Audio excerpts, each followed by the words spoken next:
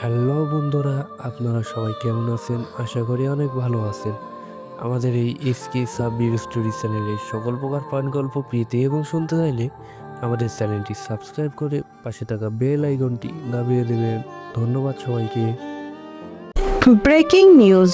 দীর্ঘ 10 বছর পর আবারও বাংলাদেশ ব্যাংক থেকে টাকা হাতিয়ে নিয়েছে হ্যাকাররা।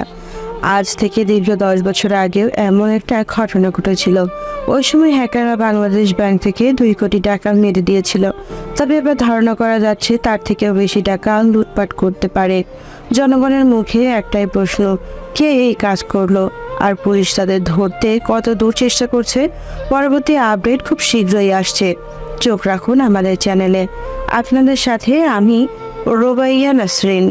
সকাল সকাল ঘুম থেকে উঠে এমন খবর শুনে খুব অবাক হলাম, যেখানে পুরো বাংলাদেশ ব্যাংকের সিকিউরিটি সিস্টেম পরিচালনা করছে বাংলাদেশের নাম্বার 1 হ্যাকাররা, যাদেরকে লোকে BSH 15 বাংলাদেশ স্পেশাল হ্যাকার 15 বলে চেনে। তাদেরকে টপকিয়ে হ্যাক করে নিল হ্যাকাররা। কিভাবে সম্ভব? যাক, এসবে আমার কিছু যায় আসে না। ওখানে তো আর আমার টাকা নেই, আমার মাথা ঘামানোর দরকার নেই। ভার্সিটিতে যাওয়ার সময় হয়ে গেছে। ফ্রেশ হয়ে মাকে খাবার দিতে বললাম।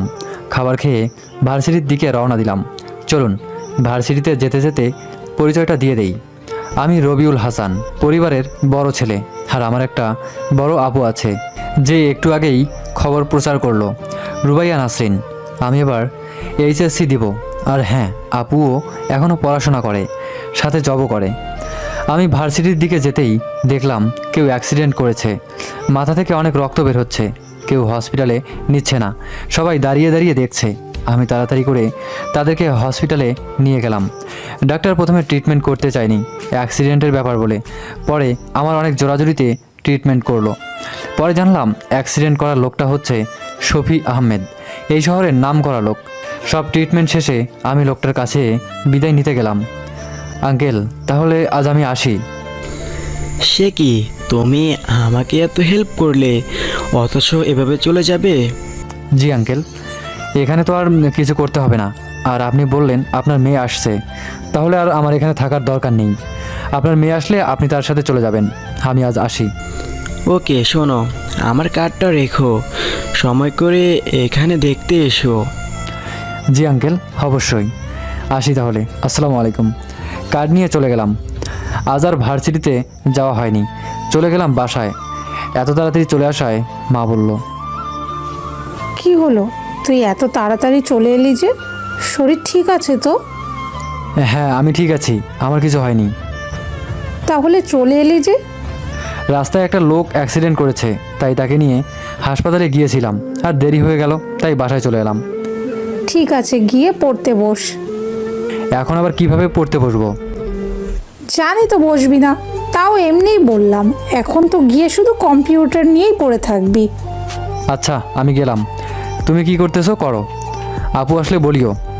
আপু চাকরিতে চলে গেছে, আসতে সময় হয়, কখন আসে কখন যায় কিছুই বোঝা যায় না।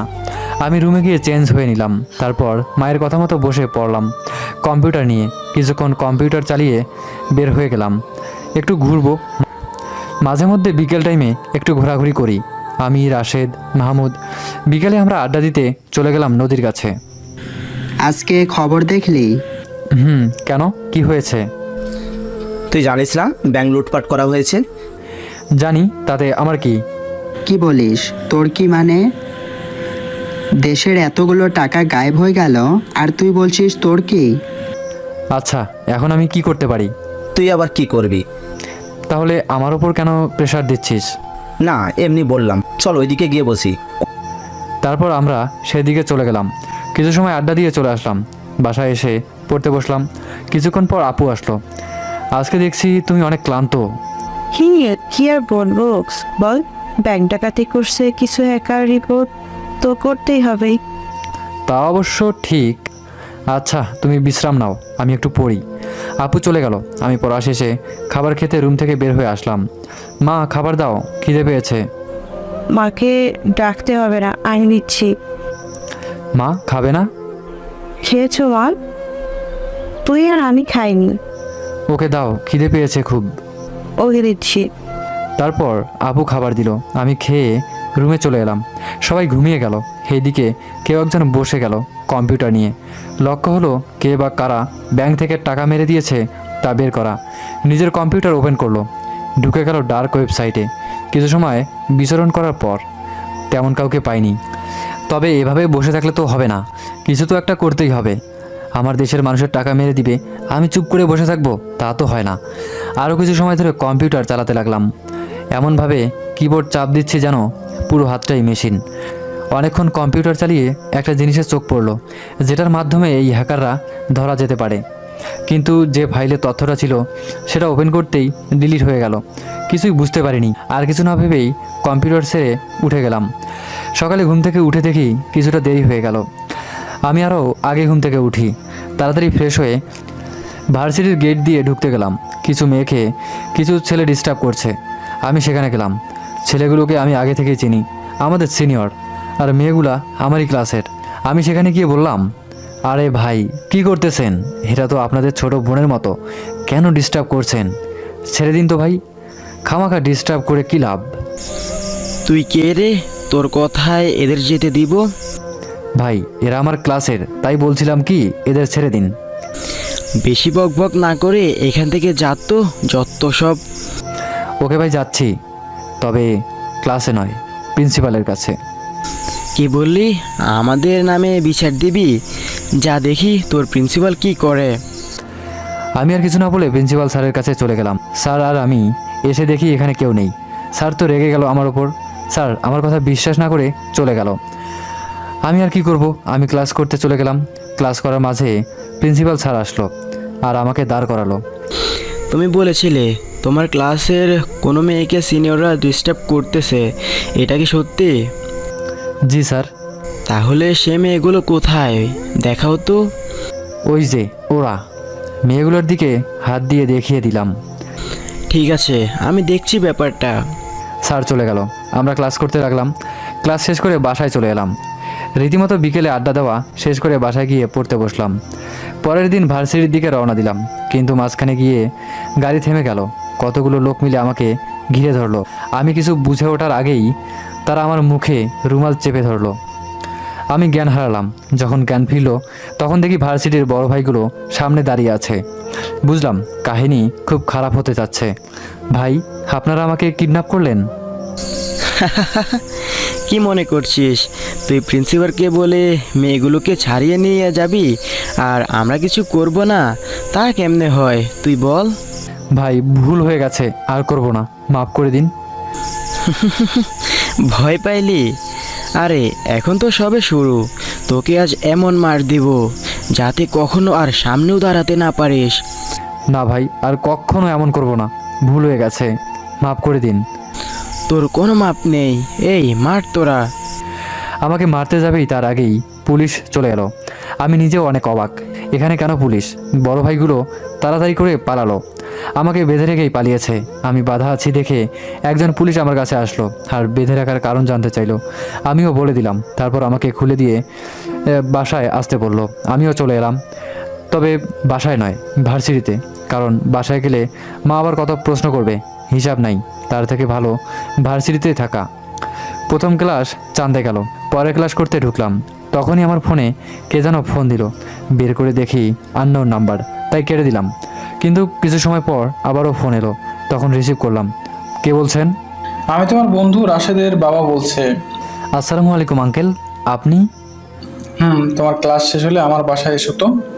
আঙ্কেল কোনো সমস্যা? না তেমন কিছু না, একটু এসো। জি আঙ্কেল, আসবো। এখন রাখি তাহলে। ফোন কেটে দিয়ে ক্লাস করতে মনোযোগ দিলাম। ক্লাস শেষ করে রাশেদ আর আমি রাশেদের বাসার দিকে রওনা দিলাম। রাশেদ মাহমুদ আমি একই ভার্সিটিতে পড়ি। রাশেদের বাসায় গিয়ে দেখলাম আঙ্কেল মনমরা করে বসে আছে। আমি কারণ জানতে চাইলে বলল কিছুক্ষণ পরে বলবে। তারপর ওখানেই দুপুরের খাবার খেলাম। দেখলাম আন্টিও মনমরা হয়ে আছে। কাহিনী তেমন ভালো লাগছে না, তাই তাড়াতাড়ি খাবার শেষ করে আঙ্কেলের থেকে জানতে চাইলাম কি হয়েছে। রাশেদ তুমি ভিতরে যাও, রবিউলের সাথে আমার কথা আছে। রাশেদকে বলল আর সে চলে গেল। আঙ্কেল কি হয়েছে? সবাই এমন মনমরা হয়ে আছেন কেন? আন্টিও দেখছি মনমরা হয়ে আছে। কি হয়েছে বলেন প্লিজ। তুমি তো জানো ব্যাংক থেকে কেউ টাকা হাতিয়ে নিয়েছে। হ্যাঁ জানি। ওখানে আমার টাকাও ছিল। আর সবচেয়ে বড় কথা কি জানো? কি আঙ্কেল? তুমিও ভিতরে যাও, আমি একটু পার্সোনাল কথা বলতে চাই। জি আঙ্কেল, বলেন। তুমি তো কম্পিউটারে অনেক কিছু জানো, তাই না? এই একটু একটু কেন আঙ্কেল? তুমি জানো বাংলাদেশ ব্যাংক কারা নিয়ন্ত্রণে রাখে? জ্বর জানি, BSH 15। জানো এটা সদস্য কতজন? 15 জন। আমিও সে 15 জনের একজন। কি, আপনিও তাদের একজন? আমরা ওই হ্যাকারের কোনো হদিস পাচ্ছি না, কি করব এখন বলো? আমি তো এসব কিছুই জানি না। আপনারা এত বড় টিমের একজন মেম্বার, এখানে আমি কি করতে পারি? এই টিমই কিছু করতে পারছে না। জানো ওই টিমের হেড হলাম আমি, আর সরকার আমার উপর প্রচুর চাপ দিচ্ছে। আমি কিছুই করতে পারতেছি না। তাহলে আমি কি করতে পারি? গত বছর কম্পিউটার প্রতিযোগিতায় একটা লকার ভাঙার প্রতিযোগিতা ছিল, ওটাতে তুমি প্রথম হয়েছিলে, তাই না? জি, কিন্তু ওটার সাথে এটার কি সম্পর্ক? আছে সম্পর্ক, হয়তো তুমি আমাদের কোনো সাহায্য করতে পারবে। কি বলেন আঙ্কেল? আমি কিভাবে? ওটা তো সামান্য একটা প্রতিযোগিতা ছিল, আর এখানে পুরো ব্যাংকের কাজ। আমি কিভাবে করব? সেটা না হয় তুমি আমাদের অফিসে গেলেই দেখবে তুমি কি করতে পারো। তবে আমার বিশ্বাস তুমি চাইলেই কিছু একটা করতে পারো। আচ্ছা, আপনি যখন বলছেন তখন না হয় যাব, কিন্তু আমি জানি না পারবো কি না কিছু করতে। ওকে, তুমি গেলেই পারবে। আমি তোমাকে ফোন দিয়ে বলে দিব কি কি করতে হবে। ওকে আঙ্কেল, তাহলে আজ আসি। আজ থেকে যাও, কালকে তোমাকে নিয়ে অফিসে যাব। না আঙ্কেল, আমি কালকে আপনার অফিসে যাব।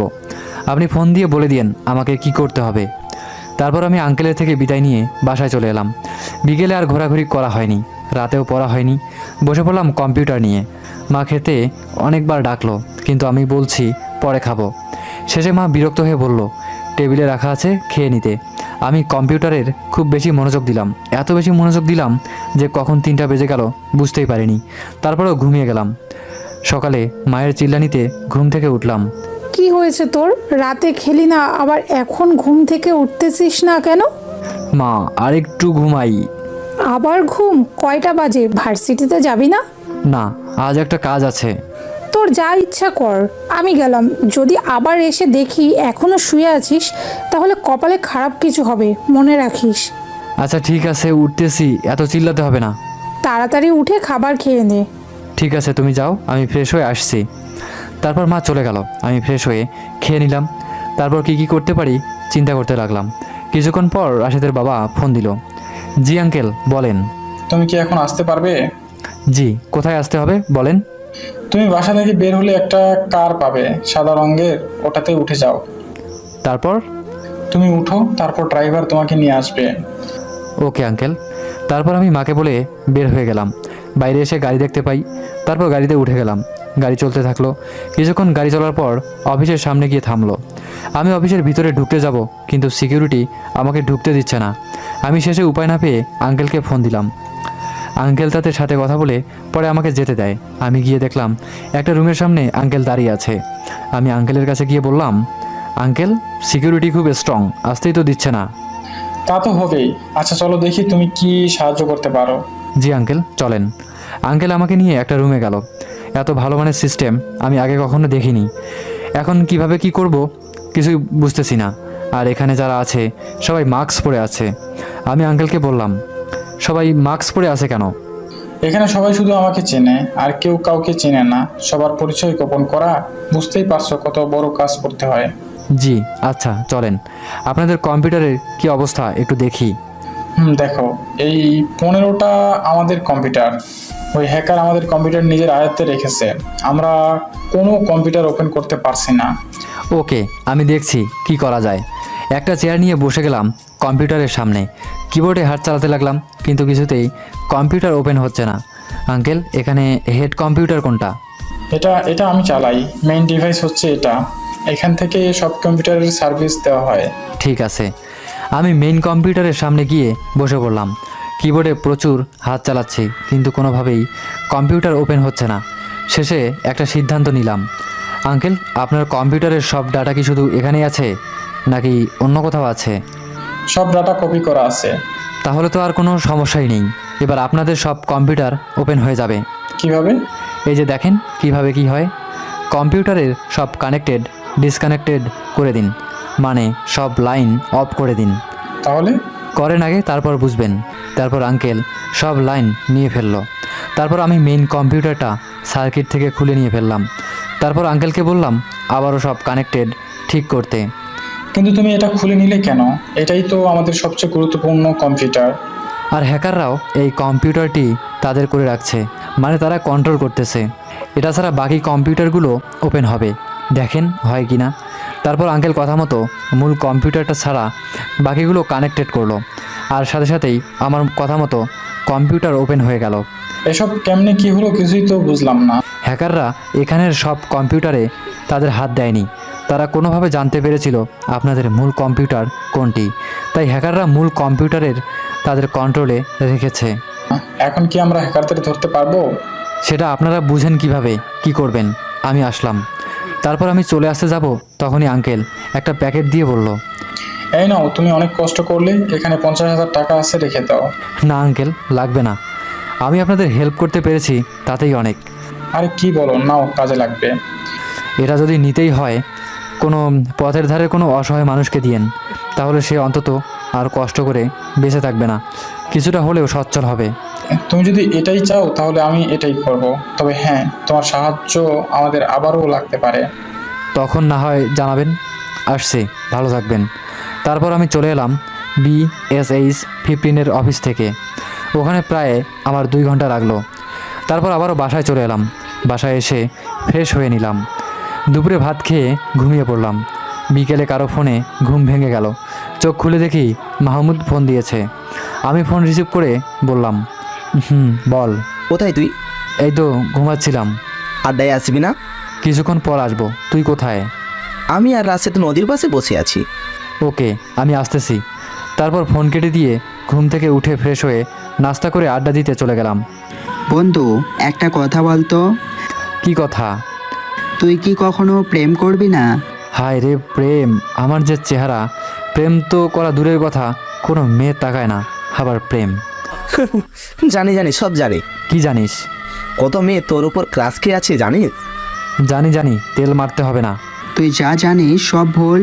তুই ভার্সিটিতে গেলে কত মেয়ে তোর দিকে তাকিয়ে থাকে জানিস?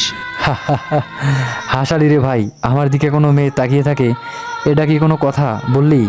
তবে যাই হোক, ভালোই জোকস হলো। জোকস না, সত্যি বললাম। এখানে জোকসের কি দেখলি? তোরা যা বলেছিস জোকসকেও হার মানাবে। তোর সাথে আর কথাই পারলাম না। আর বলতে হয়। আমরা আড্ডা দিয়ে সবাই বাড়িতে ফিরে গেলাম। একটু খবরটা দেখতে হয়, না হলে ভালো লাগবে না। আমি টিভি অন করলাম। টিভিতে যে খবর শুনলাম তাতে তো মাথা পুরা ঘুরে উঠল।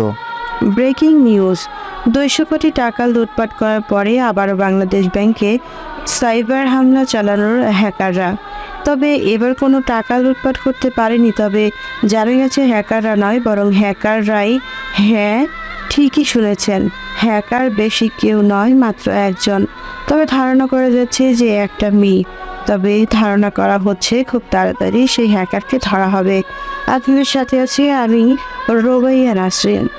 খবর শুনতেই মাথা চক্কর দিয়ে উঠল। সাথে সাথে আমার ফোনে কল আসলো। ফোন বের করে দেখি রাশেদের বাবা ফোন দিয়েছে।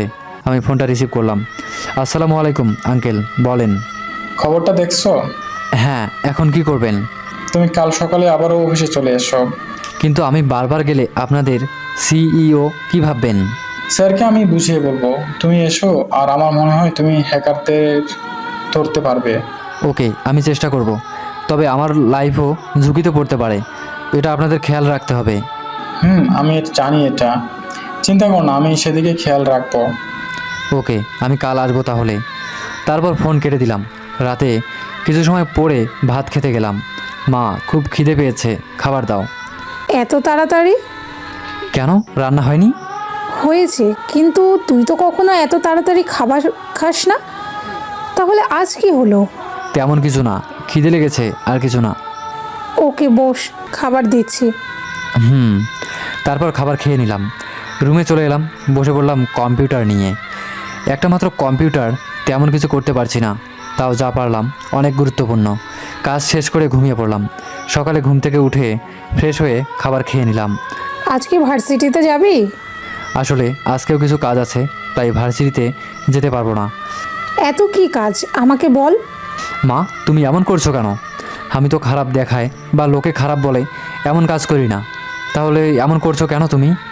তাও আমাকে বললে তোর সমস্যা কোথায়? সমস্যা নেই, কিন্তু বলতে নিষেধ আছে। মানে কি এমন কাজ যে বলতে নিষেধ আছে? শুধু এতটুকু মনে রেখো, আমি কম্পিউটারের কাজ করতে যাব, আর কিছু না। ওকে যা, দেরি করবি না, তাড়াতাড়ি চলে আসবি। ওকে আসি। তারপর গাড়ি নিয়ে চলে এলাম BSH 15 অফিসের সামনে। এবার আর গার্ড আমাকে আটকালো না। আমি চলে গেলাম অফিসের ভিতর। এবারও সবাই মাস্ক পরে আছে, শুধু আঙ্কেল ছাড়া। আঙ্কেল, আবার কি হলো? তুমি জেনেছো যে হ্যাক করে আমাদের ব্যাংকের টাকা মেরে দিয়েছে সে একটা মেয়ে। হ্যাঁ জেনেছি, তো কি করা যায় এখন? তুমি কি মেয়েটাকে ধরতে আমাদের সাহায্য করবে? আমি কিভাবে কি করব? আমার চেয়ে আপনারা বেশি জানেন। এখানে আপনাদের সামনে আমি তুচ্ছ। এটা ভুল ধারণা, তোমার তুচ্ছ নয়। তুমি আমাদের কাছে খুবই গুরুত্বপূর্ণ। তুমি হয়তো তাকে ধরতে আমাদের সাহায্য করতে পারবে। ওকে, আমি দেখছি কতটুকু সাহায্য করতে পারি আপনাদের। আমি কম্পিউটারের সামনে বসে পড়লাম। কম্পিউটারে তাকিয়ে দেখি স্ক্রিনে লেখা আছে IJR। আমি চিন্তায় পড়ে গেলাম, কি এই IJR? কিছুক্ষণ চিন্তা করে বুঝলাম কাহিনী কি। আঙ্কেল, আপনি এই IJR এর মানে বুঝেন? না তো, কি এইগুলো? আমি সব না বুঝলেও কিছুটা বুঝতে পারছি। কি বুঝতেছো তুমি? আপনি আরকে নামে কাউকে চিনেন? হ্যাঁ চিনি। আর কি যে 2010 সালের পুরো সাইবার ওয়ার্ল্ডের কিং ছিল। হ্যাঁ, এখানেও আমি তেমন কিছু দেখতেছি। IJR, এখানে প্রথম দুইটা না জানলেও শেষের আর দিয়ে এমন কিছু বুঝতেছি। তাহলে কি এটা আর কে করেছে? আমার মনে হয় না এটা তার কাজ। হয়তো তার নামে কেউ বদনাম করার জন্য এটা করতেছে।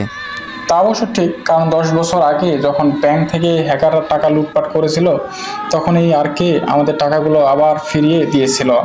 আর ওই হ্যাকার দলকে আমরা গ্রেপ্তার করতে পেরেছিলাম। তাহলে আপনার কি মনে হয় এই আরকে টাকা লুটপাট করবে?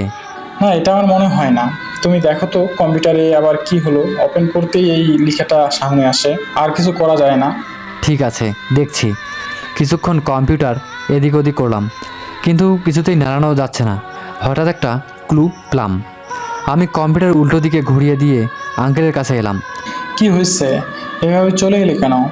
তাড়াতাড়ি বিদ্যুতের সব কানেক্টেড ডিসকানেক্ট করে দিতে। সময় 1 মিনিট মাত্র। কি যা তা বলছো? আঙ্কেল, আমার উপর বিশ্বাস রাখুন, নয়তো বড় ক্ষতি হয়ে যাবে। আর কিছু না বলে আঙ্কেল পুরো অফিসের বিদ্যুতের মেইন সুইচটা অফ করে দিল, যার কারণে পুরো অফিসের ইলেকট্রনিক ডিভাইসগুলো অফ হয়ে গেল। অপরদিকে কেউ কাজে সফল হতে না পেরে টেবিলে একটা জোরে লাথি মারলো। এত সময় ধরে ক্লোন করে আসছিলাম, সব ঠিক ছিল, কিন্তু ওকে করতে গিয়ে সব ডিসকানেক্ট হয়ে গেল। রাগে সে জ্বলতে লাগলো। আর এদিকে আমি, আঙ্কেল এখন ঠিক আছে, এবার দেখি কি করা যায়। বিদ্যুতের সুইচ আবার অন করে দিন। বুঝলাম না, যখন যা ইচ্ছে করে যাচ্ছ। যদি এটা না করতাম পুরো সিকিউরিটি সিস্টেম আবারও হ্যাক হয়ে যেত। মানে? ওই মেয়ে হ্যাকারটা আবারও হ্যাক করার ট্রাই করছিল। তুমি কিভাবে বুঝলে? কম্পিউটারে এমন কিছু আমি লক্ষ্য করছিলাম। এখন আর চিন্তা করতে হবে না। ওকে, কি করতে পারবে করো। আমি যতটুকু পারি করব। বিদ্যুতের লাইন দিন। ওকে, দিচ্ছি। বিদ্যুতের লাইন আবার দিল। তারপর আমি সবার উল্টো দিকে ঘুরে কম্পিউটার নিয়ে বসে পড়লাম। অবশ্য আঙ্কেল কিছু বলতে চেয়েছিল, কিন্তু বলতে পারেনি। আমি দ্রুত টাইপিং করতে লাগলাম। একটা সময় গিয়ে এমন কিছু পেলাম যাতে ওই হ্যাকারকে ধরা যায়। একটা ফাইল সামনে পড়লো। আমি ফাইলটা ওপেন করতে বের হয়ে আসলো। বারবার চেষ্টা করার পর 9 বারে ফাইলটা ওপেন হলো। ফাইলটা ওপেন করে দেখি বাংলাদেশের অনেক ধনী ব্যক্তিদের ব্যাংক অ্যাকাউন্ট নাম্বার আর তাদের ছবি। আমি সেগুলো কপি করে নিলাম আর পরের ফাইলে ঢুকলাম। দ্বিতীয় ফাইলে ঢোকার সাথে সাথেই কম্পিউটারের পর্দা কালো হয়ে গেল। আমি অপেক্ষা করতে লাগলাম কি হয় দেখার জন্য। প্রায় 2 মিনিট পর পর্দা আস্তে আস্তে স্বাভাবিক হয়ে গেল। আর পরেই ফাইলে একটা লিঙ্ক পেলাম, যেটা পৌঁছতে পারে হ্যাকার পর্যন্ত। আমি লিঙ্কটি কপি করে নিয়ে পাশের আরেকটি ফাইলে ঢুকিয়ে দিলাম। কিছু করতে পারলে? হ্যাঁ, পেরেছি, অনেক কিছু, যেটা হ্যাকারকে ধরতে আপনাদের সাহায্য করবে। দ্যাটস গুড, তুমি চালিয়ে যাও। তারপর আবারও হাত দিলাম কিবোর্ডে। লিঙ্কটা থেকে কিছু বোঝার ট্রাই করলাম। কিছু করতে হবে আমাকে। কে এই লেডি হ্যাকার যে আরকের নামে বদনাম করতে চাচ্ছে? নিজের মাঝে একটা রাগ উঠে গেল। কম্পিউটার থেকে চোখ সরিয়ে দেখি আঙ্কেল সহ সবাই আমার দিকে তাকিয়ে আছে। রাগ সামলাতে না পেরে কিছু একটা করে বসলাম আর BSH 15 অফিস থেকে বেরিয়ে আসলাম। এইদিকে আঙ্কেল আমার এভাবে চলে আসা দেখে কি হয়েছে দেখার জন্য কম্পিউটারের কাছে গিয়ে কম্পিউটার নিজের দিকে ঘোরালো। আর কম্পিউটারের পর্দায় দেখতে পেলো কিছু একটা হচ্ছে। 97, 98, 99, তখন হয়ে গেল 100%। সাথে সাথে দেখলো বাংলাদেশের নাম করা বিভিন্ন হ্যাকারের ডিভাইস হ্যাক হয়ে গেছে, তাও কম করে হলেও 100টা। আঙ্কেল এটা দেখে অবাক হয়ে গেল।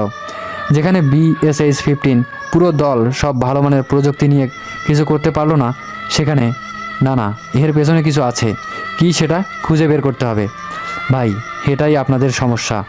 আপনি কাউকে হেল্প না করলে বলবে বড় কিছু মনে করে, আবার হেল্প করলে বলবে তার টাকা দরকার মনে হয়। এখন আঙ্কেল আমাকে সন্দেহ শুরু করলো। আঙ্কেলের সিনিয়র কর্মকর্তা মানে CEO এসে আমার কাজ দেখে অবাক হয়ে গেল আর আমাকে তাদের টিমে মানে BSH-15 এর টিমে নিতে বলল। আঙ্কেল সহ সবাই আমার কাজ দেখে যতটা অবাক হয়েছে ততটা সন্দেহ করেছে। কিভাবে কি করলাম? আমি বাসায় চলে এলাম। এইদিকে আঙ্কেল সহ পুরো BSH-15কে 72 ঘন্টা সময় দিল হ্যাকারকে ধরার জন্য। আঙ্কেল অনেক ঝামেলায় পড়ে গেল। কি করবে এত অল্প সময়ে কিছুই বুঝতে পারছে না। আমি বাসায় এসে ফ্রেশ হয়ে শুয়ে পড়লাম আর তখনই আঙ্কেল ফোন দিল। জি আঙ্কেল, বলেন। তোমাকে একটা কাজ করতে দিলে কি করবে? কি কাজ আঙ্কেল? আমাদের স্যার বলছে তুমি আমাদের সাথে কাজ করবে, তুমি কি করবে? কি বলেন আঙ্কেল? কোথায় BSH-15 আর কোথায় আমি ওখানে কাজ করতে পারবো? হ্যাঁ পারবে, কারণ এটা আমাদের স্যার বলেছে। সত্যি? হ্যাঁ সত্যি। আর তুমি আসলে আমাদের টিম আরও শক্ত হয়ে যাবে, আমাদের সাথে আর কেউ টক্কর দিতে পারবে না। আঙ্কেল, আমার এই সামান্য কাজগুলো দেখে আমাকে আপনাদের টিমে নেওয়া কি ঠিক হবে? হ্যাঁ, কারণ তুমি যা পারো তা আমাদের টিমে আর কেউ পারে না। তুমি না করো না, তুমি আসবে আর আমাদের সাথে কাজ করবে, ব্যাস। ওকে আঙ্কেল, আপনি যেমন বলবেন। গুড, তাহলে কালকে সব কাগজপত্র নিয়ে অফিসে চলে এসো, আমি দেখবো বাকিটা। কিন্তু আঙ্কেল, আমি তো কাল কলেজে যাব। তাহলে বিকেলে এসো, আর স্যারও সকালে বিজি থাকবে, তুমি বিকেলে এসো। ওকে আঙ্কেল, তাহলে বিকাল 3টায় আসবো। ওকে, তবে একটা কথা মনে রেখো। জি বলেন, কি কথা? তুমি যে আমাদের সাথে কাজ করবে তা যেন কেউ না জানে, এমনকি তোমার বাসার লোকজনও না। ওকে আঙ্কেল, জানবে না। ওকে, রাখলাম। তারপর ফোন কেটে দিলাম। আমি তো সেই লেভেলের খুশি, এত বড় একটা টিমের সাথে কাজ করব, ভাবতেই কেমন লাগছে। আর শুয়ে থাকা হলো না, উঠে দুপুরের খাবার খেয়ে নিলাম। খাওয়া শেষে মাকে বললাম, মা আমি চাকরি করতে চাই। কেন, তোর আবার টাকার অভাব পড়লো কবে? মা, টাকার জন্য কি চাকরি করে সবাই? তাহলে কেন করে? মানুষের একটা নিজস্ব পরিচয় থাকা দরকার, যেটা শুধু টাকা থাকলে হয় না। তা ঠিক বলেছিস। তো তুই কি চাকরি করবি? আমি একটা কোম্পানির সাথে কথা বলেছি। কি, তুই চাকরি করবি, তাও অন্যের কোম্পানিতে? হ্যাঁ করব, তাতে সমস্যা কোথায়? এটা কি ভালো দেখায় বল? মা তুমি জানো, আমি কারো কথায় কাজ করি না, নিজের যোগ্যতায় কাজ করি। ওকে, তুই যা ভালো মনে করিস কর। আজ বিকালে যাব, দোয়া করো। তা কি আর বলতে হয়? ওকে, এখন একটু ভার্সিটি থেকে ঘুরে আসি। ওকে, যা, সাবধানে যাস। গেলাম। তারপর খাবার টেবিল থেকে রুমে চলে আসলাম। ভার্সিটিতে যাওয়ার জন্য রেডি হলাম। তখনই ফোন এলো। ফোনের দিকে তাকিয়ে দেখি রাশেদ ফোন দিয়েছে। হ্যাঁ বল। আজও কি ভার্সিটিতে আসবি না? আজ আসবো, এখন রেডি হচ্ছি। ওকে আয়, তোর জন্য একটা সারপ্রাইজ আছে।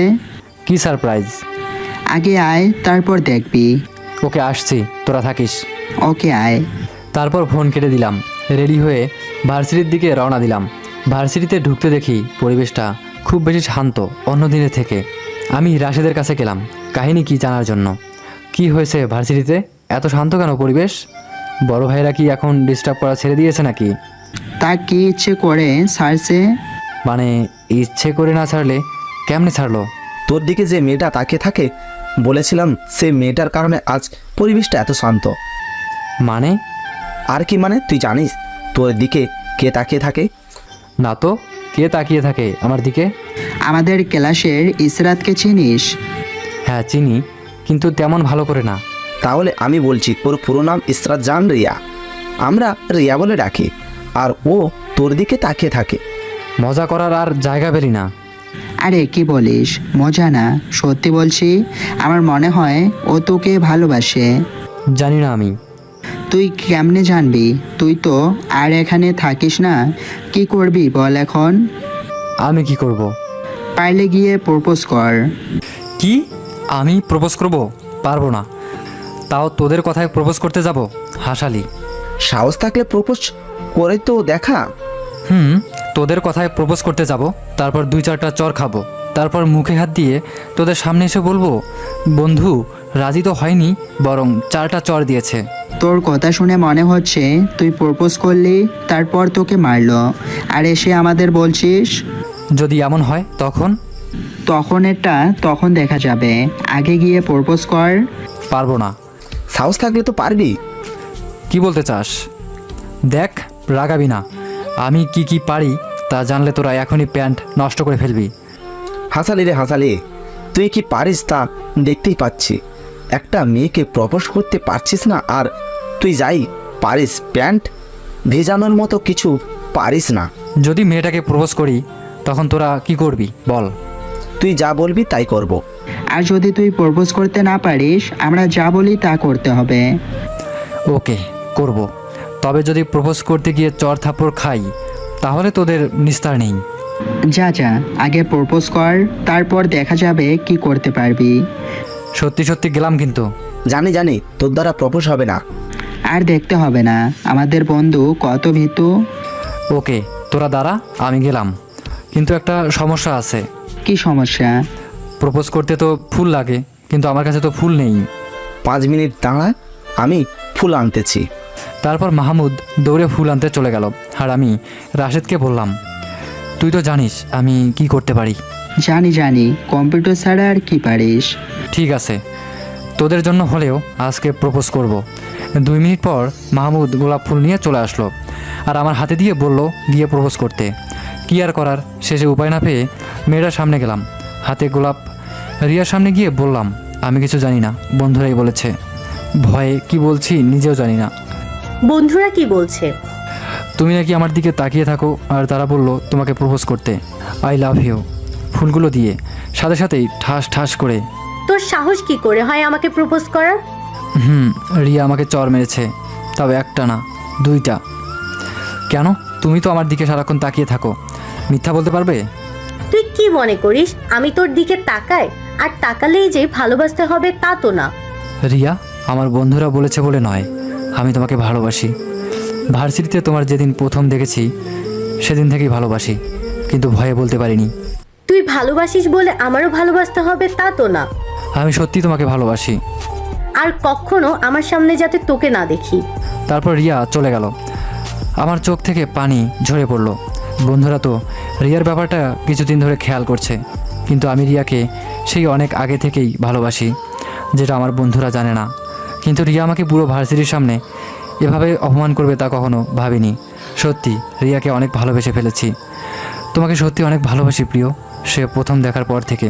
আমার এই ভালোবাসা তুমি হয়তো খেয়াল করেছো, কিন্তু আমার ভালোবাসা মেনে না নিয়ে এভাবে অপমান করলে। তুমি বলছো না আজ থেকে তোমার সামনে না আসতে? ঠিক আছে, আজ থেকে আর তোমার সামনে আসবো না, দূর থেকেই তোমায় ভালোবেসে যাব। ভালো থেকো কলিজা। মুখে হাত দিয়ে রিয়ার চলে যাওয়ার দিকে তাকিয়ে এসব ভাবছিলাম, তখনই রাশেদ আর মাহমুদ আমার কাঁধে হাত দিল। আমি চোখের জল মুছে নিলাম। মাহমুদ বলল, সরি রে রিয়া, এভাবে তোকে অপমান করবে তা আমরা ভাবিনি। বাদ দে, তোরা তো জানিস না আমি রিয়াকে অনেক আগে থেকেই ভালোবাসি, কিন্তু ভয়ে বলতে পারিনি। আজ বললাম, আর দেখ কি থেকে কি হয়ে গেল। আগে থেকেই ভালোবাসিস মানে? আগে এখান থেকে চল, তারপর বলছি। সবাই আমাদের দিকে তাকিয়ে আছে। হ্যাঁ চল। তারপর আমরা এক পাশে গেলাম। তারপর আমি তাদেরকে বললাম, আমি একদিন ভার্সিটিতে আসছিলাম। কিছু দূর আসার পর রাস্তায় একটা লোক অ্যাক্সিডেন্ট করলো, তাকে নিয়ে হসপিটালে গেলাম। আর আমি যখন হসপিটাল থেকে চলে আসতে বের হলাম, তখন রিয়াকে আমি ওখানে দেখি। আমি বের হয়ে আসছিলাম আর রিয়া ভেতরে যাচ্ছিল। আর সেদিন থেকে আমি রিয়াকে ভালোবাসি, যা তোরা কেউ জানতি না। তবে আমি এটা জানতাম রিয়া আমার দিকে তাকিয়ে থাকে, কিন্তু এভাবে অপমান করবে সেটা আমার কল্পনাও ছিল না। মন খারাপ করিস না, একদিন সে বুঝবে তোর ভালোবাসা, হয়তো সেদিন তোর কাছে ছুটে আসবে। হয়তো অনেক দেরি হয়ে যাবে। আরে বন্ধু, অপেক্ষার ফল সবসময় মিষ্টি হয়। অপেক্ষার ফল মিষ্টি হয় ঠিকই, কিন্তু অতি অপেক্ষায় সে ফল নষ্ট হয়ে যায়। আর তখন মিষ্টি কিনা জানাও সম্ভব না, কারণ তখন তো আর মুখে নেওয়া যাবে না। কি বলতে চাস? তেমন কিছু না, চল বাসায় যাব।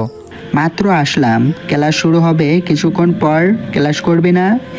না। এটা কেমন কথা? জানিস রিয়া আমাকে কি বলেছে? কি বলছে? রিয়া আমাকে বলেছে কখনো তার সামনে না যেতে। আরে এসব নিয়ে মন খারাপ করিস না, চল ক্লাসে যা। না, আমি আর ক্লাস করব না, বাসায় চলে যাব। তোরা ক্লাস কর। তোকে ছাড়া ক্লাস করব না, চল বাসায় যাই। ওকে চল, একটা গুড নিউজ আছে। কি? আমি আজকে একটা ইন্টারভিউ দিব, যদি চাকরি হয়ে যায় তাহলে চাকরি করতে চলে যাব। মানে আর পড়াশোনা করবি না? করব তো, তবে শুধু এক্সাম দিতে আসবো, আর এমনিতে সময় পেলে আসবো, নয়তো আসবো না। আমাদের ছেড়ে থাকতে পারবি? জানি না, চল বাসায় যাই। আর কেউ কিছু না বলে চলে গেলাম। আমি সোজা রুমে এসে শুয়ে পড়লাম।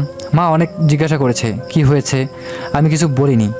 আমার ডায়েরির মাঝে একটা রিয়ার ছবি ছিল, সেটা বের করলাম আর ছবির দিকে তাকিয়ে, জান, তোমাকে যেদিন হসপিটালে দেখেছিলাম সেদিন অনেক ভালো লেগেছিল, কিন্তু তোমার খোঁজ করেও তোমাকে কোথাও পাইনি।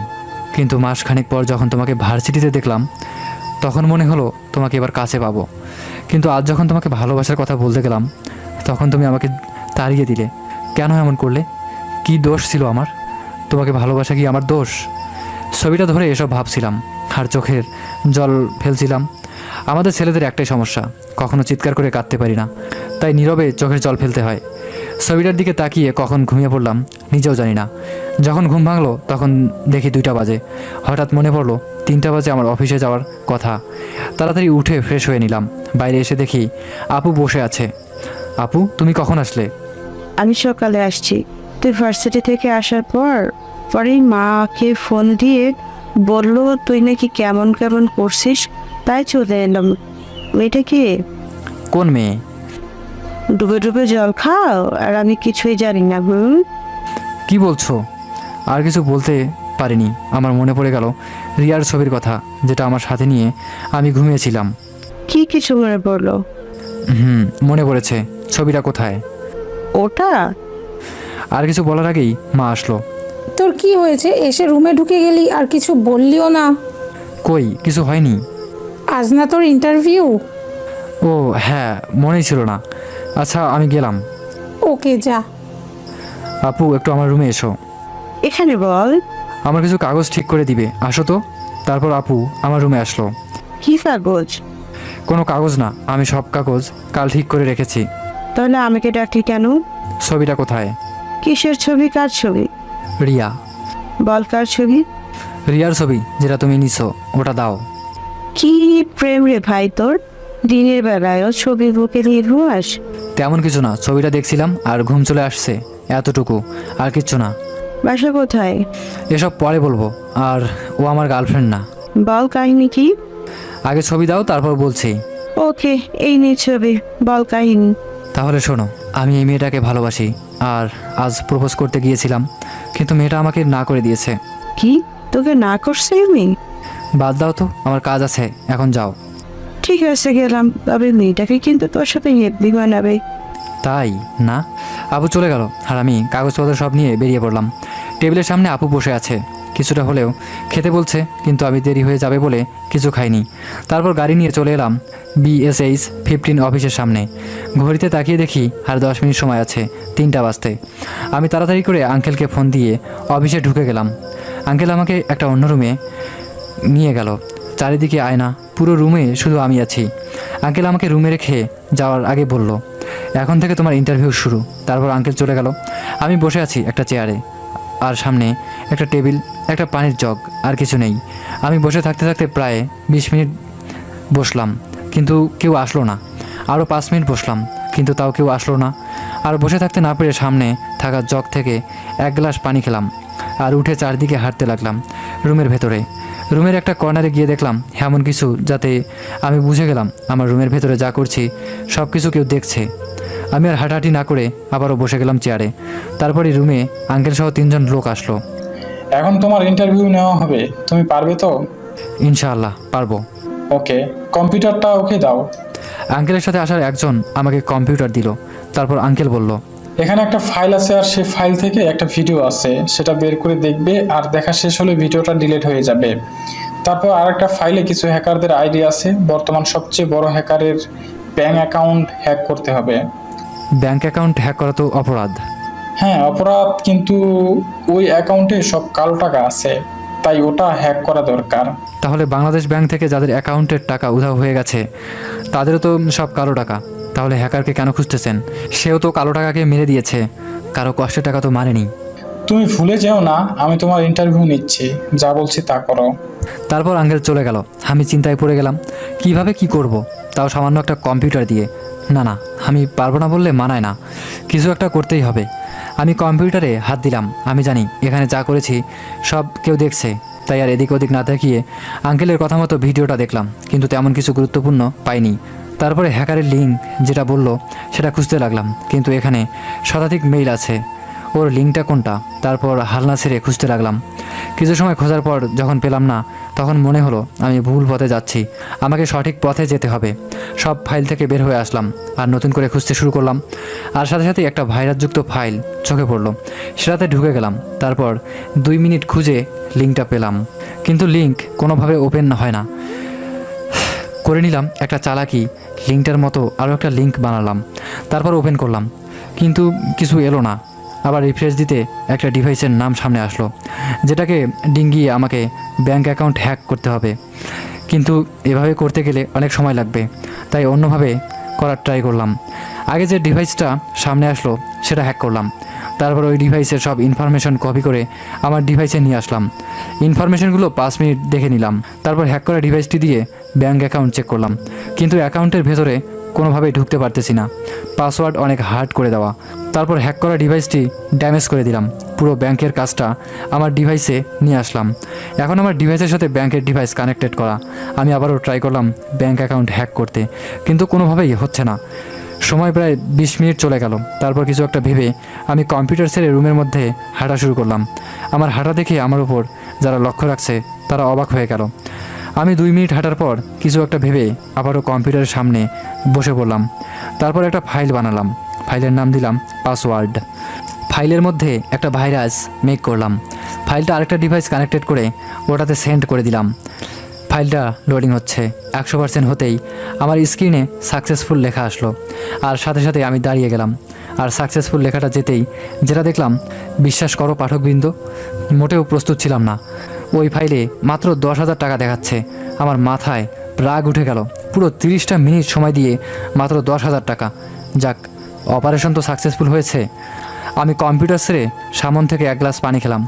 গ্লাস রাখতেই কেউ দরজা খুলে ভিতরে আসলো। দেখলাম আঙ্কেল সহ আরও একজন ভিতরে আসলো। গুড জব বেটা। এখানে তো মাত্র 10,000 টাকা দেখাচ্ছে।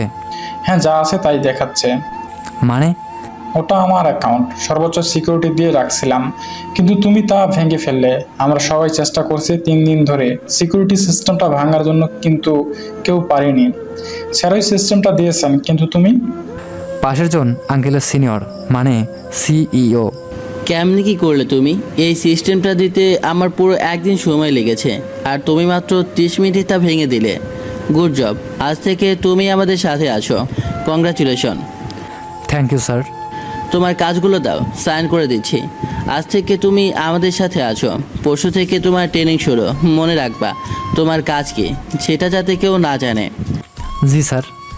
আজ তুমি আসতে পারো, কাল সকাল 10টায় চলে আসবা। ওকে স্যার, আসি। তারপর আমি চলে আসলাম। অনেক খুশি আমি, কারণ এত বড় একটা টিমের সাথে কাজ করব। বাসার দিকে মিষ্টি নিয়ে রওনা দিলাম। জানি এখন আপু বাসায় আছে, বিকেল টাইম, তাছাড়া আপু আজকে অফিস থেকে আগেই চলে আসছে। মিষ্টি নিয়ে বাসায় এসে কলিং বেল চাপ দিলাম। একটু পর আপু এসে দরজা খুললো।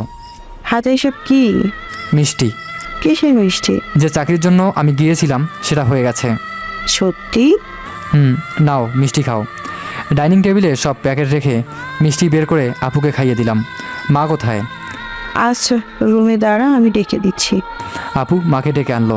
তারপর মাকেও মিষ্টি খাইয়ে দিলাম। তারপর রুমে চলে গেলাম, ফ্রেশ হয়ে নিলাম। তারপর নাস্তা করে নিলাম। দুপুরের ভাত খাইনি, তাই নাস্তা করে আড্ডা দিতে বের হলাম। জানি না আর কখনো তাদের সাথে আড্ডা দেওয়া হবে কি না। মন খারাপ, তাও কিছু করার নেই। আমি রাশেদ আর মাহমুদকে ফোন দিলাম আর আড্ডার জায়গায় আসতে বললাম। আমি রিক্সা নিয়ে চলে গেলাম নদীর পাশে আড্ডা দিতে। সবার সাথে অনেক আড্ডা দিলাম। আসার সময় রাত হয়ে গেল, তাই 3 জন মিলে একটা রেস্টুরেন্টে ঢুকে ডিনার করে নিলাম। তারপরে বিদায় নিয়ে চলে এলাম। রাত অনেক হয়েছে, তাই আপু আর মাকে ফোন দিয়ে খেয়ে ফেলতে বললাম। আমি বাসায় এসে কলিং বেল চাপ দিতেই আপু দরজা খুলে দিল। আজকে এত রাত করলি যে? আসলে আজ একটু বেশি আড্ডা দিয়ে ফেললাম। জানি না আর কখনো এমন আড্ডা দেওয়া হবে কি না। ঠিক আছে, মন খারাপ করিস না, যা যা কি ঘুমিয়ে পড়। ওকে, তুমিও ঘুমিয়ে পড়ো। Good night. Good night. আপু চলে গেল, আমি আমার রুমে চলে এলাম। তারপর কিছু একটা ভেবে রিয়ার ছবিটা বের করলাম, আর ছবিটা দেখে ভাবতে লাগলাম হাজারো কথা। ছবিটা হাতে নিয়ে ঘুমিয়ে পড়লাম। সকালে আপু কান ধরে টেনে তুললো। কি ব্যাপার, এভাবে তুললে কেন? ভার্সিটিতে যাবি না? যাবো তো। কয়টা আছে দেখছিস? আমি ঘড়ির দিকে তাকিয়ে দেখি 9টা বেজে গেছে। এতক্ষণ পর ডাকলে? কি আর করার, আগেও ডাকছি তুই উঠলি না, তাই কান ধরে তুললাম। তা আজ তুমি অফিস যাওনি? আজ সফট ডে। ও, তাহলে তুমি আজ বাসায় থাকবে? হ্যাঁ। ওকে, বিকেলে তোমাকে নিয়ে ঘুরতে বের হব। আপু ফ্রি থাকলে আপুকে নিয়ে প্রায় সময় ঘুরতে যাই। ওকে, এখন রেডি হয়ে নে, ভার্সিটিতে যেতে হবে তো। ওকে, তুমি যাও, আমি আসছি। তারপর আপু চলে গেল। আমি ফ্রেশ হতে গিয়ে মনে পড়লো রিয়ার ছবির কথা, তাই তাড়াতাড়ি ফ্রেশ হয়ে বাইরে এসে দেখি বিছানায় ছবি নেই। আমি জানি ছবিটা আপু সরিয়েছে, তাই রেডি হয়ে আপুর কাছে গেলাম। প্রচুর খিদেও পেয়েছে, দেখি কি আছে, দাও, খিদে পেয়েছে। বস, খাবার দিচ্ছি। আপু খাবার দিল, আমি খেয়ে নিলাম। মা আর আপু আগে খেয়ে নিয়েছে, তাই আমি একাই খেলাম। আপু, তুমি কি কালকে ছবিটা আবারও নিছো? হ্যাঁ, ওটা তো কম্পিউটার সামনে রাখছি, ওটা নিয়েই তো সারাদিন পড়ে থাকিস। ঠিক আছে, আমি গেলাম, কথা বাড়াতে চাইনি। ওকে, যা। তারপর আমি রুমে গিয়ে ছবিটা নিয়ে ভার্সিটিতে চলে গেলাম। আজকে কোনো ক্লাস করব না, তাই বই খাতা কিছু নিইনি। রিক্সা নিয়ে ভার্সিটিতে চলে গেলাম। রাশেদ আর মাহমুদ আগে থেকে বসে আছে, আমিও তাদের কাছে গেলাম। কিছু সময় আড্ডা দিলাম আর রিয়াকে খুঁজতে লাগলাম। সেটা যদিও রাশেদ বা মাহমুদ জানে না। আরও কিছু সময় আড্ডা দেওয়ার পর হঠাৎ রিয়াকে দেখলাম। আমি রাশেদ আর মাহমুদকে বসতে বলে রিয়ার কাছে গেলাম। কি হয়েছে আপনার? কালকের থাপ্পড় কি আবার খেতে ইচ্ছে করে? রিয়া, আমি তোমাকে কিছু বলতে চাই। কি কথা বলবেন তাও আমি জানি। এখন যান, নত কালকের মার আবার দিব। এই মেয়ে, কি বলি তা শুনবে তো, শুধু দৌড়ের ওপর থাকো কেন? আপনার কোনো কথা শোনার ইচ্ছে আমার নেই। তোমার না, কলেও শুনতে হবে। যদি না শুনি? শুনতে তোমাকে হবেই। না, আমি শুনবো না। বলে রিয়া চলে যেতে লাগলো। রিয়াকে যেতে না দিয়ে ওর হাত ধরে ফেললাম। প্লিজ যেও না, শুধু একটু শুনে যাও। ঠাস। হ্যাঁ, ঠিকই শুনেছেন, রিয়া আমাকে চড় মারলো। আমাকে চড় মেরেছে দেখে রাশেদ আর মাহমুদ দৌড়ে এলো আর রিয়াকে বলল, তোমার কি হয়েছে রিয়া? সে কখন থেকে দেখছি রবি তোমাকে কিছু বলতে চাচ্ছে, তা তুমি শুনতেছো না কেন? আমি জানি কি বলবে। তাহলে বল, কি বলবে? ভালোবাসি ছাড়া আর কি বলবে? এটাই চিনলে ওকে? ও তোমাকে ভালোবাসি বলতে আসেনি। তাহলে? তুমি জিজ্ঞেস কর কি বলতে এসেছে। কি বলবেন? কি হলো বল, কি বলবি? রিয়া, আমি তোমাকে সত্যি ভালোবাসি। আর কিছু বলতে পারলাম না। জানতাম তো এটাই বলবেন। আমার কথা শেষ হয়নি। ওকে, তাড়াতাড়ি বলেন। তুমি কাল বলেছিলে না যেন তোমার সামনে আর না আসি? আজ থেকে সত্যি চলে যাব, আর কখনো এই ভার্সিটিতে আসবো না। সত্যি ভালোবাসি তোমায়, ভালো থেকো। আর কখনো তোমাকে বিরক্ত করার জন্য আসবো না। আল্লাহ হাফিজ। এই বলে আমি ওখান থেকে কিছু দূর চলে এলাম, আর আমার পেছন পেছন রাশেদ আর মাহমুদ এলো। তোরা গিয়ে ক্লাস কর, আমি বাসায় চলে যাব, আর কালকে চাকরিতে চলে যাব। জানি না আর কখনো তোদের সাথে দেখা হবে কি না, তবে মনে রাখিস তোরা সবসময় আমাকে পাবি। ভালো থাকিস। তারা কিছু বলতে গিয়েও বলতে পারেনি। আমি চলে এলাম বাসায়। বন্ধু আর প্রিয় মানুষটাকে ছেড়ে আসতে হলো আজ। জীবন সারাদিন বসে বসে কাটালাম। বিকেলে আপুকে নিয়ে ঘুরতে বের হলাম। বাসা থেকে বের হয়ে একটা রিক্সা নিলাম। আপু আর আমি পাশাপাশি বসলাম। মন খুব খারাপ, তাই না? একটু। আমি দেখতেছি একটু, নাকি বেশি? বাদ দাও তো। তা আজ কি তোর গার্লফ্রেন্ডকে পড়াতে পারলি? আমার গার্লফ্রেন্ড কবে হলো, কখন হলো? আহ, ঢং। সত্যি পড়াতে পারিনি। আবারও রিজেক্ট করলো? আমি তেমন কিছু বলিনি আজ। তাই নাকি? তা কি বললি? বেশি কিছু না, শুধু বিদায় নিয়ে চলে এলাম। এটাই বলছিস? এটাই করেছি। আপু আর আমি কথা বলতে বলতে পার্কে চলে এলাম। রিক্সা ভাড়া দিয়ে পার্কে ঢুকলাম। কিছুক্ষণ হাঁটাহাঁটি করার পর যখন আপু বাদাম খাবে বলল, আপুকে নিয়ে বাদাম খেতে গেলাম। পাশে একটা বেঞ্চে গিয়ে আপু আর আমি বসলাম। দুজনে বাদাম খাচ্ছিলাম। হঠাৎ আপু বসা থেকে দাঁড়িয়ে গেল। আপুর এভাবে দাঁড়িয়ে যাওয়া দেখে আমি হালকা ভয় পেলাম, আর আমিও দাঁড়িয়ে গেলাম। আপু, তুমি এভাবে দাঁড়ালে কেন? কি হয়েছে? তুই বুঝবি না কি হয়েছে, চল এখান থেকে। আরে আজিব তো, কি হয়েছে বলো? এটা বলে পেছনে তাকাতেই একটা বড় শক খেলাম, কারণ পেছনে দেখলাম রিয়া আর একটা ছেলে বসে আছে। আমি জানতাম রিয়ার কোনো বয়ফ্রেন্ড নেই, তাহলে এটা কে? চল এখান থেকে। চলো। আমি আর আপু পার্ক থেকে বের হয়ে গেলাম। আবারও রিক্সা নিয়ে বাসার দিকে আসছিলাম। হঠাৎ আমাদের সামনে একটা গাড়ি এসে থামলো। আমরা চুপচাপ দেখছিলাম। হঠাৎ এভাবে গাড়ি সামনে থামায় একটু খটকা লাগলো। তাও দেখার বিষয় কি হয়। গাড়ি থেকে একটা লোক নামলো, যাকে হয়তো আমি আগে দেখেছি। কে হতে পারে চিন্তা করতে লাগলাম। হঠাৎ মনে পড়লো উনি তো সেই লোক যাকে আমি হসপিটালে নিয়ে গিয়েছিলাম। আর তার নামটা যেন কি, ও হ্যাঁ পেয়েছি, উনি হচ্ছে শফি আহমেদ। উনি গাড়ি থেকে নেমে আমাদের সামনে আসলো। দেখলাম আপু অনেকটা অবাক। আরে তুমি যে কোথায় যাচ্ছ? জি আঙ্কেল, বাসার দিকে যাচ্ছিলাম।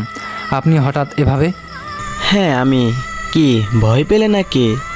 না আঙ্কেল, ভয় পাবো কেন, কিন্তু হঠাৎ এভাবে পথ আটকালেন তাই একটু অবাক হলাম। আমি কে যদি জানতেন তাহলে সামনে দাঁড়াতেও কাঁপতেন। আর আপনি বলছেন আমাকে ভয় পাইছি নাকি? বাই দ্য ওয়ে, উনি কে? আসসালামু আলাইকুম আঙ্কেল। ওয়ালাইকুম আসসালাম। কে মা তুমি? আঙ্কেল, এটা হচ্ছে আমার আপু। তাই তোমাকে চেনা চেনা লাগছে, কোথাও দেখেছি মনে হচ্ছে। জি আঙ্কেল, আপুকে আপনি চিনবেন?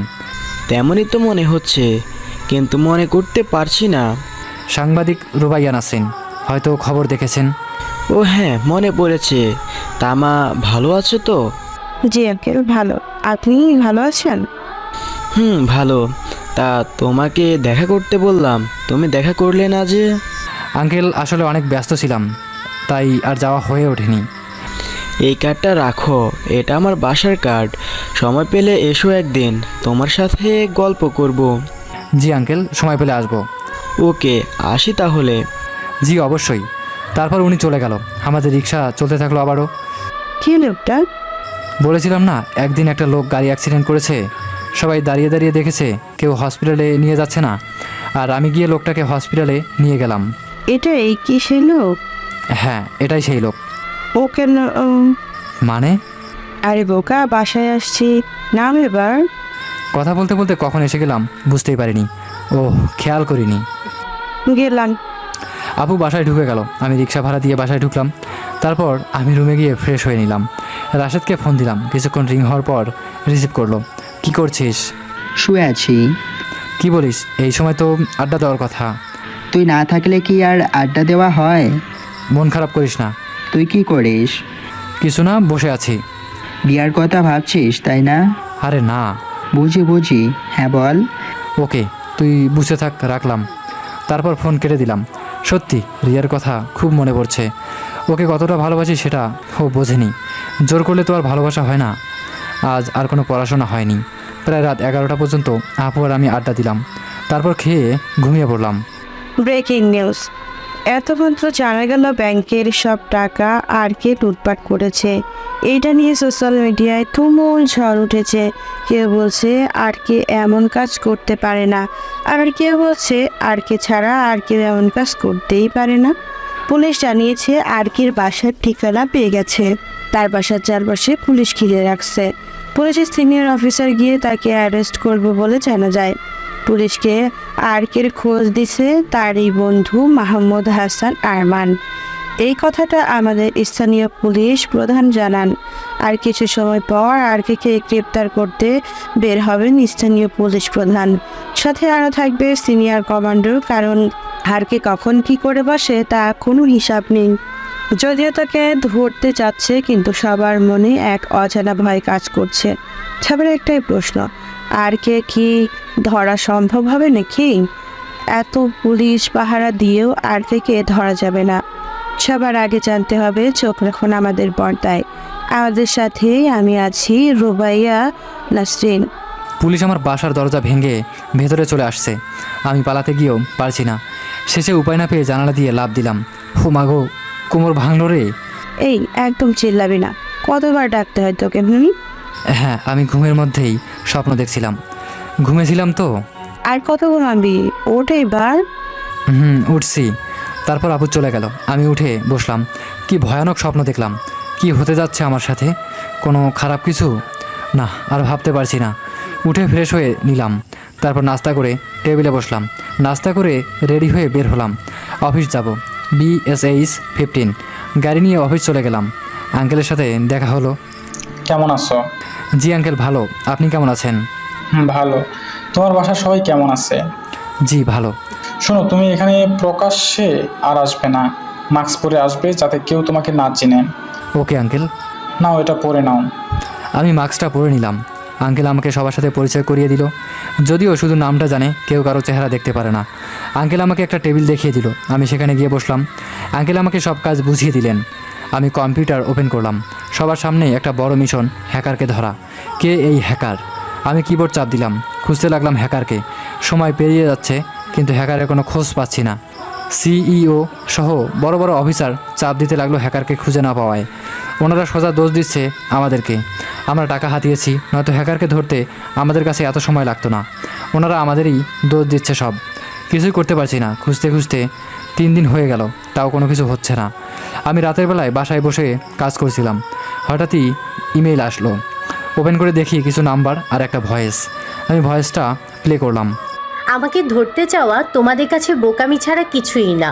ভুলে যাও ব্যাংকের কথা। যাদের ব্যাংক অ্যাকাউন্ট থেকে টাকা হাওয়া হয়ে গেছে, তারা কেউ কষ্ট করে টাকাগুলো কামাই করেনি।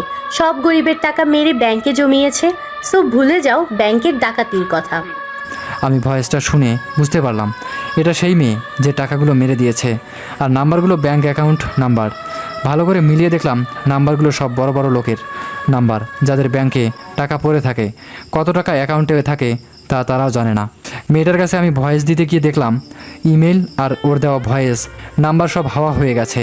মেয়েটাকে চিনতেও পারলাম না, কারণ ভয়েসগুলো তার ছিল না, কারণ ভয়েসগুলো চেঞ্জ করা। চিন্তা করলাম যেই মেল দিয়ে আমাকে নক করেছে সেই মেল দিয়ে তাকে ট্র্যাক করব, কিন্তু তা আর হলো না। শেষে উপায় না পেয়ে আরেকটা কাজ করে নিলাম। এবার থেকে কেউ কিছু দিলে সেটা ডিলিট করলেও আমার একটা আলাদা ফাইলে রেকর্ড হয়ে যাবে। সব সেটিং করে অনেক রাত হওয়ায় ঘুমিয়ে পড়লাম। সকালে অফিস যাওয়ার আগে কম্পিউটার ওপেন করে দেখি স্ক্রিনে লেখা আছে IJR। বুঝে গেলাম আমার কম্পিউটার ও লেডি হ্যাকার হ্যাক করে নিয়েছে। এটা দেখে মাথা পুরো আগুন লেগে গেল। কম্পিউটারের কিবোর্ডে হাত দিলাম, কোনোভাবেই কম্পিউটার ওপেন হচ্ছে না। ভাবলাম আবার সেই পুরনো আমিটাকে সবার সামনে আসতে হবে। কম্পিউটার এভাবে রেখে অফিসে চলে গেলাম। আঙ্কেলের সাথে দেখা হতেই জিজ্ঞাসা করলো কেমন আছি। কিছুক্ষণ কথা বলার পর, আঙ্কেল একটা কথা ছিল। বলো, কি কথা? আমি আর জব করব না। কি বলছো তুমি এসব? আমার পারিবারিকভাবে একটু প্রবলেম হয়েছে, তাই। তাদের সমস্যা কি? ছুটি নিয়ে যাও। অনেক দিন ছুটি লাগবে। ছুটি নিলে কতদিন লাগবে? 1 মাস? ততদিন নাও লাগতে পারে। ওকে, 1 মাস ছুটি দিলাম তোমাকে। সব সমস্যা শেষ হলেই তুমি অফিসে এসো। ওকে আঙ্কেল, কাল থেকে তাহলে ছুটি কাটাবো। আজ কি অফিস করবা? হ্যাঁ, আজ অফিসে কিছু গুরুত্বপূর্ণ কাজ আছে, আগে সেগুলো ঠিক করে নেই। ওকে, করে নাও। তারপর আমি আঙ্কেলের কাছে বিদায় নিয়ে অফিসিয়াল কম্পিউটারটা ওপেন করলাম। কিছু ফাইল কপি করে নিজের পেন ড্রাইভে নিলাম। তারপর আঙ্কেলকে বলে বাসায় চলে এলাম। অনেক দিন ধরে ভার্সিটি যাওয়া হয় না, বন্ধুদের সাথেও তেমন একটা কথা হয় না। ফোনে 2-1 মিনিট মাত্র কথা হয়। আজ একটু ভার্সিটি থেকে ঘুরে আসার সিদ্ধান্ত নিলাম। আবার বাসা থেকে বের হয়ে ভার্সিটির দিকে রওনা দিলাম। যাওয়ার আগে রাশেদ আর মাহমুদকে ফোন দিলাম, কিন্তু রিসিভ করলো না, হয়তো ক্লাসে আছে। আমি রিক্সা নিয়ে ভার্সিটিতে চলে এলাম। সবাই এই সময় ক্লাস করে, তাই আমি গিয়ে একটা ফাঁকা জায়গায় বসলাম। মন খারাপ, তাই চুপ করে বসে আছি। অনেকে আশেপাশে বসে আছে, সবাই কত রকমের কথা বলছে, কিন্তু আমি দেবদাস হয়ে বসে আছি। কিছুক্ষণ পর একটা ক্লাস শেষ হতেই রাশেদ ফোন দিল। আমি বাইরে বসে আছি। মানে ভার্সিটিতে আসছি, তোরা ফ্রি থাকলে বাইরে আয়। এখন ইম্পর্টেন্ট ক্লাস আছে, তুইও ক্লাস করতে আয়। ওকে, আসছি। তারপর ফোন কেটে দিলাম। তাড়াতাড়ি করে ক্লাসের দিকে হাঁটতে লাগলাম। পথের মধ্যেই প্রিন্সিপাল স্যারের সাথে দেখা। কেমন আছো? জি স্যার, ভালো। আপনি কেমন আছেন? তুমি কয়েকদিন ধরে ভার্সিটিতে আসছো না কেন? স্যার, আসলে একটা জব করতেছি, তাই ভার্সিটিতে আসতে পারছি না। কি জব করো? তেমন বড় কিছু না স্যার। তা এখন কোথায় যাচ্ছ? স্যার, একটু ভার্সিটিতে আসলাম, আর এখন একটা ক্লাস করতে যাচ্ছি। ওকে, যাও, মনোযোগ দিয়ে ক্লাস করো। জি স্যার। তারপর স্যার চলে গেল। আমি ক্লাস করতে রুমের সামনে আসলাম। রুমে ঢুকে দেখি রিয়া আর একটা ছেলে পাশাপাশি বসে আছে। ছেলেটা অন্য কেউ নয়, পার্কে দেখা ছেলেটা। তাহলে কি রিয়ার বয়ফ্রেন্ড আছে? দরজায় দাঁড়িয়ে এসব ভাবছিলাম, তখনই পেছন থেকে কেউ একজন বলল, আর কতক্ষণ এভাবে দাঁড়িয়ে থাকবে? আমি পেছনে তাকাতেই দেখি স্যার। এটা স্যারের ক্লাস। সরি স্যার, খেয়াল করিনি। ওকে, গিয়ে বসো, তোমার সাথে কথা আছে। আমি গিয়ে রাশেদের পাশে বসে পড়লাম। আর আমি রুমে ঢোকার সময় খেয়াল করলাম রিয়া কেমন করে যেন আমার দিকে তাকাচ্ছে। আমি সিটে বসতে না বসতেই স্যার আবার ডাক দিল। আমি স্যারের কাছে গেলাম। কেমন আছো? এতদিন কোথায় ছিলে? ক্লাসে দেখি নাই কেন? স্যার, আমি একটা চাকরি করছি, তাই কিছুদিন ক্লাস করতে আসিনি, আর সামনেও কয়েকদিন আসতে পারবো না। আর সবচেয়ে বড় কথা, আমার এখানে থাকলে অনেকের ক্লাস করতেই অসুবিধা হয়, তাই ক্লাসে আসি না। কথাটা রিয়াকে উদ্দেশ্য করে বললাম। সে ঠিকই বুঝলো। কার অসুবিধা হয় তুমি ক্লাস করলে? আর কেনই বা অসুবিধা হয়? হয়তো আমাকে ভালো লাগে না। কে সে? বাদ দিন স্যার, কাউকে ছোটো করার মন মানসিকতা আমার নেই। স্যার একটু আমার সাথে বেশি ফ্রি, বলতে গেলে বন্ধুর মতো, একই এলাকায় থাকি, তাই স্যার আমাকে ভালো করেই চিনে। ওকে, যাও গিয়ে বসো। তারপর আমি চলে গেলাম। সিটে গিয়ে আবারও বসে পড়লাম। স্যার সবাইকে উদ্দেশ্য করে বলল, তোমরা এখানে পড়তে আসছো, কাউকে ছোট করতে নয়। আর যদি তোমাদের ক্লাস করতে অসুবিধা হয় তাহলে নিজে বের হয়ে যাও। কাউকে বের হয়ে যেতে বলার সাহস তোমরা কোথায় পাইছো? একটা কথা সবাই মনে রাখবে, পড়াশোনা করে সার্টিফিকেট অর্জন করলেই তুমি দামি হতে পারবে না। তোমাকে দামি হতে গেলে তোমার মন মানসিকতা উন্নত করতে হবে। ভালো মন মানসিকতার মানুষই ভালো হয়। বেশি সার্টিফিকেট অর্জন করলেই ভালো মানুষ হওয়া যায় না। স্যারের কথাগুলো শুনে রিয়া আগুনের মতো ফুলছে, কিছু বলতেও পারছে না। তারপর স্যার ক্লাস শুরু করলো। স্যারের ক্লাস শেষ করে সবাই বের হয়ে আসলাম। রাশেদ, আমি আর মাহমুদ গিয়ে একটা ফাঁকা জায়গায় বসলাম আর আড্ডা দিচ্ছিলাম। তখনই রিয়া সামনে এসে দাঁড়ালো। আমি কিছু না বলে বসে আছি, হয়তো স্যারের রাগগুলো আমার উপর ঝাড়বে। কিছু না বলেই রিয়া আরও রেগে গেল। তাও আমরা তিনজনে আড্ডা দিতে লাগলাম। তুই না বলেছিলি কখনো আমার সামনে আসবি না? আপনি এভাবে কেন কথা বলছেন? তোর সাথে এর থেকে ভালো করে কথা বলা যায় না। কি বলেছিলি কখনো আমার সামনে আসবি না? তাহলে আজ আসলি কেন? আর স্যারকে এসব কেন বললি? স্যার জিজ্ঞাসা করেছে আমি কেন ক্লাসে